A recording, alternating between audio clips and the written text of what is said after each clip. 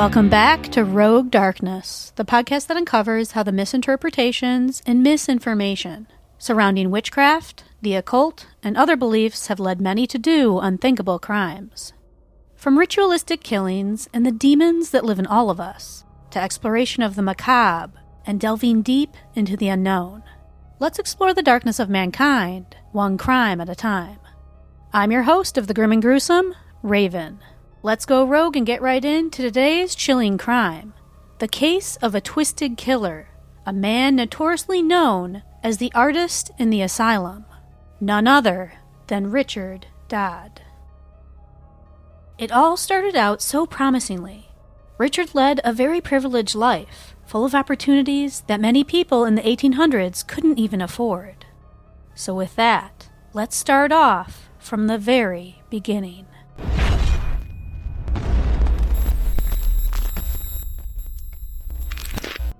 Born in 1817 in Kent, a county in southeastern England that is about an hour away from London, Richard grew up with immense talent, which would ultimately evolve into him being an extremely well-known and loved artist. Richard began sketching at the age of 13, eventually moving to London to attend the Royal Academy School for Art when he was 20 years old. He would even go on to become the ringleader of a precocious circle of talented London-based artists who named themselves the Clique. Known as the Fairy King, Richard was obsessed with fairies, often painting mystical scapes inspired by Shakespeare's A Midsummer Night's Dream. He would paint ethereal depictions of fairies, forests, angels, cherubs, and other supernatural forces, including demons. Upon completing his studies at art school, at the age of 25, Richard spent 10 months traveling through Europe to countries including Greece, Turkey, Rome, and Naples, and also to the Middle East, including the Arabian countries Egypt, Syria, and Iraq. In the 1800s, this would have been an extreme privilege, as very few people of Richard's generation would have been able to afford to travel around to the far corners of the world like he had. Richard spent those months traveling, generating artistic inspiration from the beautiful scenery and his interesting encounters while abroad. Unfortunately, though, what Richard brought back to London was more than just creative ideas. Coming from the rainy and gloomy London, not being acclimated to the searing heat of the Middle East, Richard began to go insane from the changes his body was enduring due to the drastic difference in climate. His artistic companions noticed a severe personality change after traveling upon the River Nile in Egypt, rendering Richard unrecognizable. Rather than talking about his life passion, art, he was talking fervently about Middle Eastern religion, especially the Egyptian gods. In fact, so bad were his symptoms that in Egypt, Egyptian doctors diagnosed him with extreme heat stroke, which led to him experiencing vivid hallucinations, paranoia, confusion, and even a violent rage. Richard returned to the UK, where the delusions and erratic behavior only continued. His friends, worried for his mental state, recommended to his family that he return to Kent to be cared for by his loving father and his 6 siblings. Unfortunately, family care did not cure Richard's immense delusions. In what we would now describe in the 21st century as a spell of psychosis, Richard claimed that he truly believed he could hear the voice of the Egyptian god Osiris. Richard believed that Osiris told him that he was being persecuted by the devil, who he believed was actually his own father. Richard believed that the only way to rid himself of the devil was to murder his father, which, based on his irrational beliefs, meant that he would have to murder his own father. On August 28, 1843, Richard lured his father, who cared deeply about his son and had always encouraged his education and artistic talent, to a nearby pub for a pint of beer. While the two drank a pint of beer together, Richard was envisioning his father's murder, hoping it would set him free from the devil's grasp. Once their glasses were emptied, Richard asked his father to go for a walk in a nearby park called Cobham Park. His father, completely unsuspecting of his own fate, agreed. In the park, Richard proceeded to ambush his father, slashing his father's throat with razor blades. Although blood was now gushing from his throat, Unfortunately for Richard's father, this did not kill him. When Richard realized that the throat cutting had not killed his father, he then repeatedly stabbed him in the chest in an erratic, messy, and drawn-out murder. Richard would later tell psychiatrists that as he stabbed his father, he cried out to Osiris, "Great God Osiris, I have done the deed to set me free." Richard left his father's dead body in the park and fled to France, catching a boat in secrecy. Despite murdering his father, though, the delusions, paranoia, and murderous rage only continued. Richard's intention was to travel from France to Austria, as he believed that Osiris had commanded him to murder the Austrian Emperor, Ferdinand I. However, the uncontrollable murderous rage that festered inside of him had not subsided. While on the train headed to Austria, on August 30th, 1843, Richard slashed yet another innocent Frenchman's throat with a razor blade, claiming it was the bidding of Osiris. Richard was quickly arrested by French authorities and was then extradited back to Britain.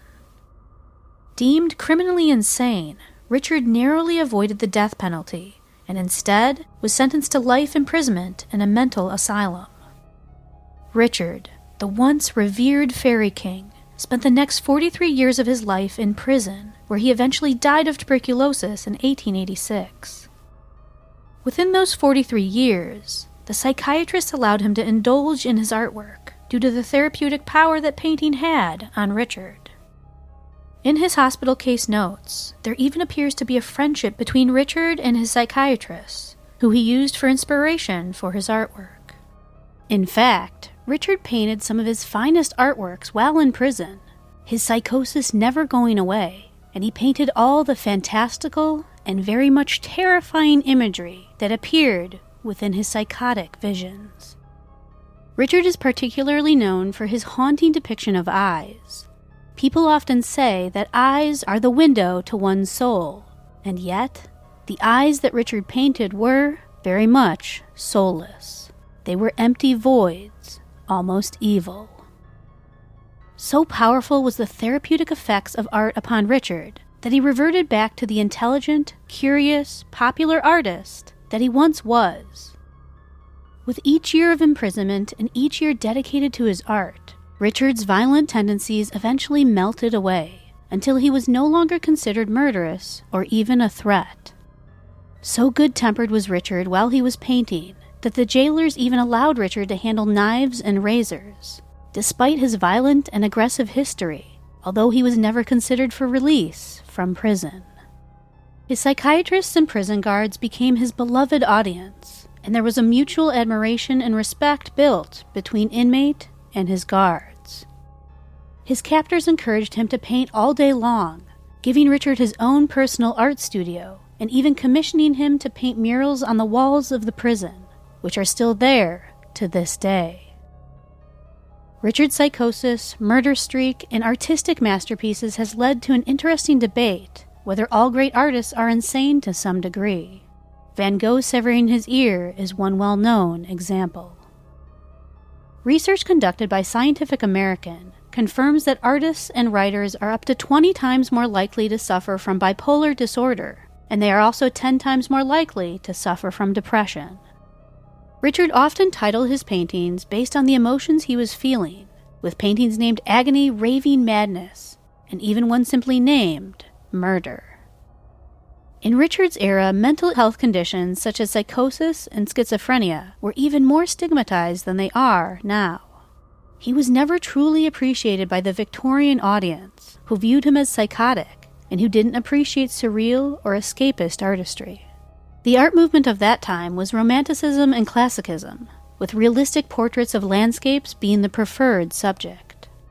Richard's asylum art, depicting semi-human, semi-animals, fairies, and demons, were not considered fashionable. In our modern era, where we have made great strides in the field of mental health and would be able to treat psychosis and schizophrenia, Richard is considered one of the most influential artists of his time, with his artwork being hung in prestigious British museums.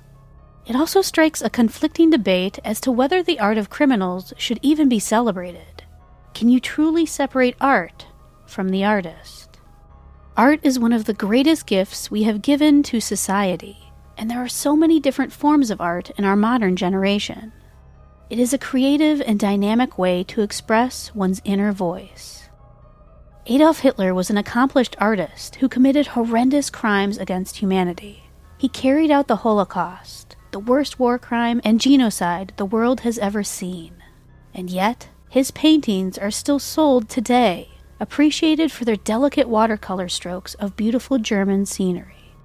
Some people even muse that if Hitler had been accepted into art school, he would not have pursued a career in politics, and therefore never would have become the Nazi leader of Germany. Known as serial killer art, or murderabilia, the artwork of murderers brings in a pretty penny among fanatics. But is it morally right for people to profit off of others' death? There is even a website dedicated to selling the art of serial killers, appropriately called Serial Killers, Inc.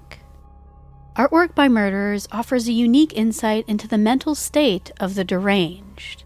But is it morally right to cash in on their horrific killings?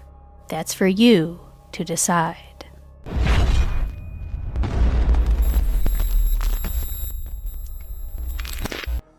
So that was the case of the deranged and homicidal killer, Richard Dodd, more commonly referred to as the artist in the asylum. Definitely let me know your thoughts on this case, and if you have any questions regarding it or any other cases I've previously covered, feel free to contact me at roguedarknesspod@gmail.com.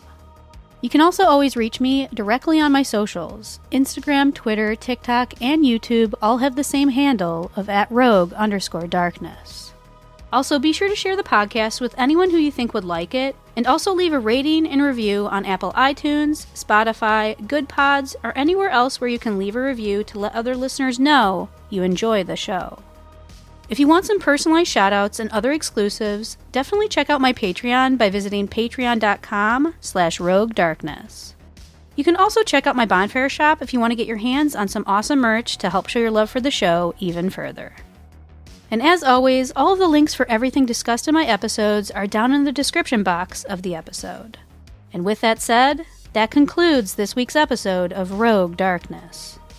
The darkness is all around us, and I can confidently say that reality truly is more terrifying than fiction. Until next time.